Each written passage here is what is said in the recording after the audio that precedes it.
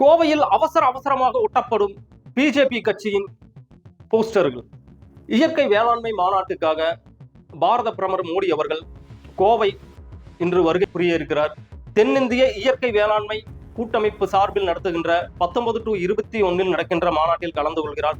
இதில் முக்கிய அம்சங்கள் என்ன அப்படின்னு சொல்லி பார்த்தோம்னா, இயற்கை வேளாண்மை எப்படி ஊக்கப்படுத்துவது, புதிய தொழில் கொள்கைகளை எப்படி வகுப்பது, அதுபோக சிறப்பாக செயல்பட்டவர்களுக்கு விருது வழங்கும் நிகழ்ச்சியும் நடைபெறுகிறது.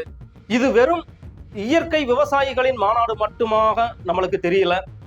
ஏன்னா இப்பொழுதுதான் பிஜேபி பீகார்ல ஜெயிச்சு அந்த வெற்றி வேட்கையோட தமிழ்நாட்டுக்குள்ள என்ட்ராயிருக்காங்க.